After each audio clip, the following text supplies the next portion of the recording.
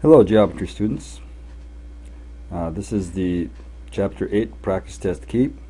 We begin here with the algebra review, simplifying radicals. Begin with the square root of 98. Remember what the key is in this is to find two factors of 98, and one of them has to be a perfect square value. So 98 is the same thing as 49 times 2. So we could say square root of 98 equals square root of 49 times 2, which equals the square root of 49. Yes, you can break those apart. Give them each their own radical symbol. Square root of 49 times the square root of 2, which equals 7 times the square root of 2. 7 times the square root of 2 is the answer. That is simplified. Alright, look at B. Can't simplify square root of 3, so let's simplify square root of 108. Square root of 108. Now you might have to dig around a little bit to find a perfect square number for this, but as you know, there aren't that many perfect square numbers, and whatever it is would have to be under 54, which is half of 108, so it's just the perfect square values that are under 54 that would be possible to use, because 54 times 2 is 108. You're not going to have anything less than 2 for your other factor, so 36 goes into 108 evenly 3 times. So we have the square root of 36 times 3, which equals the square root of 36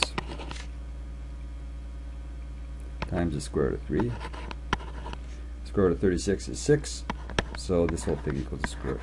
6 times the square root of 3. But let us not forget about this other square root of 3 plus the square root of 3.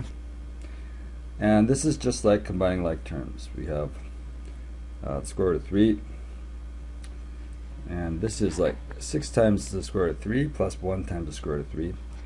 And remembering what multiplication is repeated addition, it's 7 times the square root of 3.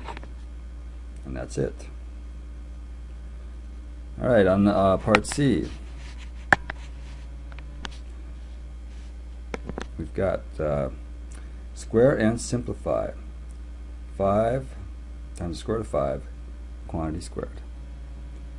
Okay, what you have to remember here is what this is. This is like this.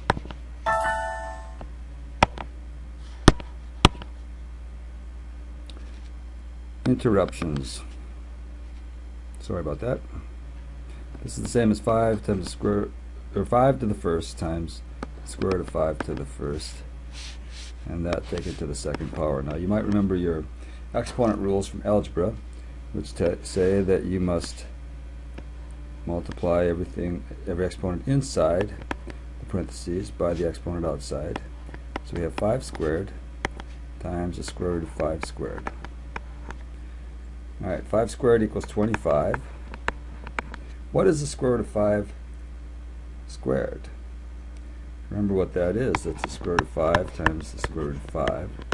And we made a big deal one day in class about how the square root of 5 times the square root of 5 equals 5, or the square root of 4 times the square root of 4 equals 4. Alright, so this is really 25 times 5, and that's 125. And that's it. Alright, simplifying this one, the square root of 20 squared minus 16 squared. On this, we must recall that our radical symbol is very much like a parentheses. In PEMDAS, it is at the same hierarchy. So we have to do what's inside this radical symbol first. So we have to do 20 squared, follow order of operations within that. So we have the square root of 20 squared, which is 400, minus 16 squared, which is 256. Well, that equals, now we do the subtraction, 144. So let's square root of 144, and 144 is a perfect square value. And it's positive. Square root is 12. There's your algebra review. And those are your answers. Good luck on that. It's not bad once you get used to it. Key is to remember this. 2 factors, one of which is a perfect square value. Alright. See you on the next one.